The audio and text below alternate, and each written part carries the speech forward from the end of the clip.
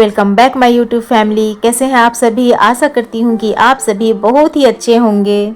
मेरी दिनचर्या रोज़ सवेरे 5:30 बजे से स्टार्ट होती है और उसके बाद से मैं घर को थोड़ा झाड़ू लगा लेती हूँ और फिर दूध जो हमारे घर के सामने वाले से लेकर आती हूँ और उसके बाद से मैं अपने जो भी मॉर्निंग ब्रेकफास्ट का काम होता है वह मैं निपटाती हूँ, क्योंकि सवेरे 7 बजे मेरे बेटे की बस आ जाती है। आटा गूँथना, सब्जी कटिंग करना, उसको रेडी करना और बच्चे के लिए दूध प्रिपेयर करना, उसका ब्रेकफास्ट, उसको प्रॉपर मील मॉर्निंग ब्रेकफास्ट में देती हूँ और उसका लंच के लिए टिफ़िन रेडी करती हूँ।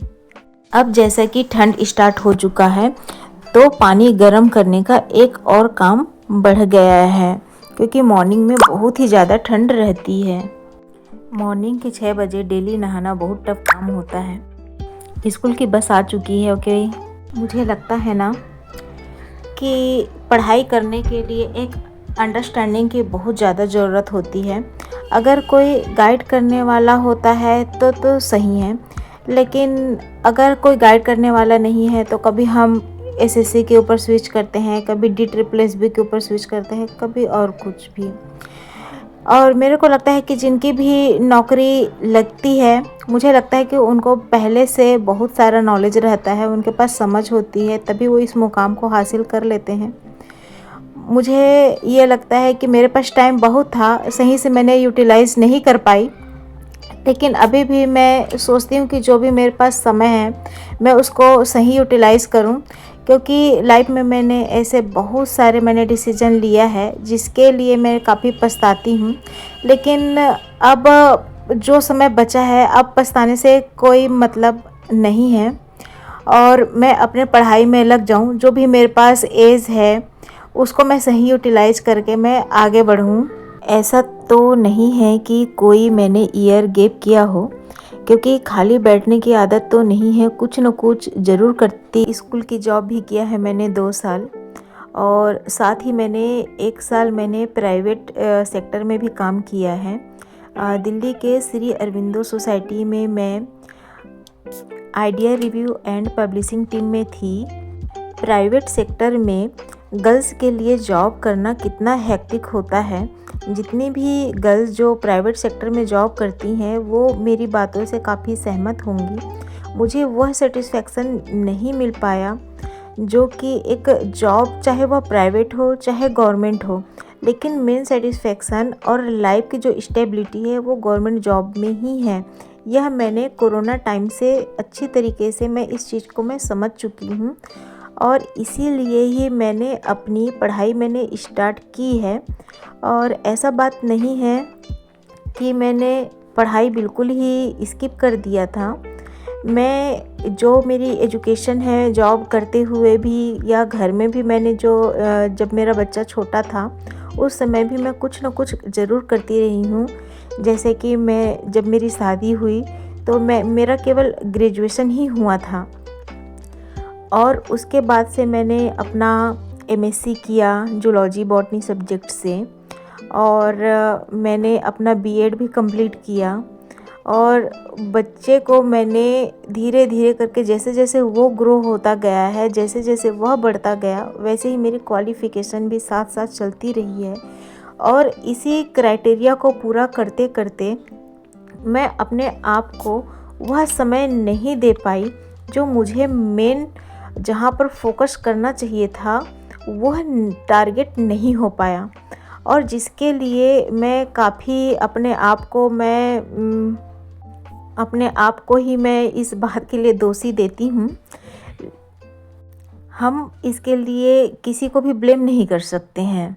इसके लिए मैं यही बोलूँगी कि शायद मेरे में मैच्योरिटी कम थी, जो मैं सही से चीज़ों को मैं मैनेज नहीं कर पाई। लेकिन कोई बात नहीं, मैं इतना जानती हूँ कि आप जब से उठते हो, जब से आप की समझ आती है, जब आपने किसी काम को स्टार्ट कर दिया है तो वह ज़रूर फिनिश लाइन तक ज़रूर पहुँचेगा। और मैं इसी उम्मीद के साथ मैं धीरे धीरे मैं आगे बढ़ रही हूँ। मैं अपने ससुराल में ही रह के मैं पढ़ाई कर रही हूँ और इसके लिए ससुराल में पढ़ाई क्या होती है, जो जितनी भी गर्ल्स या लेडीज़ हैं जो ससुराल में रहती हैं और अपने पढ़ाई को मैनेज करती हैं, उनको बहुत अच्छे से समझ आता है कि जो माहौल होता है उसमें हम अपनी पढ़ाई के लिए कैसे समय निकालते हैं, कैसे चीज़ों को मैनेज करते हुए हम अपनी पढ़ाई को करते हैं। जो हम वीडियो में दिखाते हैं या जैसे हम दिखते हैं, रियल में चीज़ें वैसी नहीं होती हैं कि सारी चीज़ें बहुत ही स्मूथली और आपके अकॉर्डिंग हो। इसके पीछे जो बैक कैमरा है उसके पीछे काफ़ी कुछ फेस करना पड़ता है। बहुत सारी बातों को इग्नोर करके हमें अपनी पढ़ाई को मैनेज करना होता है और मैंने अपनी जो पढ़ाई है उसे एक माइंड सेट लेकर मैं आगे बढ़ रही हूँ और जो मैंने अपना टारगेट अपने लिए जो मैंने बनाया है उसे फोकस करने में मैं अपना जितना भी हो सकता है मैं भरपूर अपना प्रयत्न करूँगी, क्योंकि हम हिम्मत हारने से कुछ भी नहीं होता है। आप एक पॉजिटिविटी के साथ में अगर किसी काम को अगर आप कोशिश करते हो तो ज़रूर ही आप मंजिल तक पहुँचोगे। मन में किसी भी प्रकार का संदेह रखने से कुछ भी नहीं हासिल होने वाला है। हम केवल प्रयत्न ही कर सकते हैं, हम अपनी कोशिश को बहुत ही बढ़िया रख सकते हैं और जो भी उसके लिए जो भी एग्ज़ाम के प्रिपरेशन के लिए, चाहे मॉक टेस्ट हो, चाहे हमारा जो भी हम अपना सेल्फ नोट बनाए हैं और रिवीजन के लिए समय, अगर हम सभी चीज़ों को प्रॉपरली टाइम के साथ मैनेज करके चलेंगे तो हमारे लिए भी चीज़ें बिल्कुल सही साबित होगा, हमारा फ़ैसला सही होगा, हमारा डिसीजन बिल्कुल एक्यूरेट रहेगा 101%। लोगों के ताने या जो इग्नोरेंस है या जो किसी भी प्रकार की जो भी निगेटिविटी है उसको ध्यान में रखना ही नहीं है। अपनी जो छोटी सी फैमिली है उसके साथ में खुश रहिए, मुस्कुराते रहिए और पॉजिटिविटी के साथ में आप अपना कार्य करते रहिए। अभी इस दिसंबर में सीटेट का एग्ज़ाम होने वाला है। वैसे तो मैंने इस बार मैंने स्किप कर दिया है और सोच रही हूँ कि मैं नेक्स्ट जो आएगा जुलाई में वह मैं फॉर्म भरूँ सीटेट का। वैसे तो मेरा सीटेट फर्स्ट और सेकंड पेपर दोनों ही क्लियर है। फर्स्ट जो पेपर है अब तो बीएड उसमें मान्य नहीं है, तो वह तो कोई मतलब का नहीं हुआ। वैसे तो मेरा टारगेट पहले प्राइमरी लेवल का ही था, लेकिन चलिए कोई नहीं। और फिर उसके बाद मैंने केवीएस का एग्ज़ाम दिया तो वह भी बीएड के वजह से बाहर हो गया। तो यही लाइफ है, असफलता तो नहीं बोलूँगी, इसमें कुछ न कुछ भाग्य का भी खेल होता है और जो भी डेस्टिनी होती है मैं तो ज़रूर मानती हूँ इस चीज़ को। यही सोचती हूँ कि कुछ न कुछ हमारे लाइफ में कुछ अच्छा होगा, कुछ बहुत बढ़िया होगा।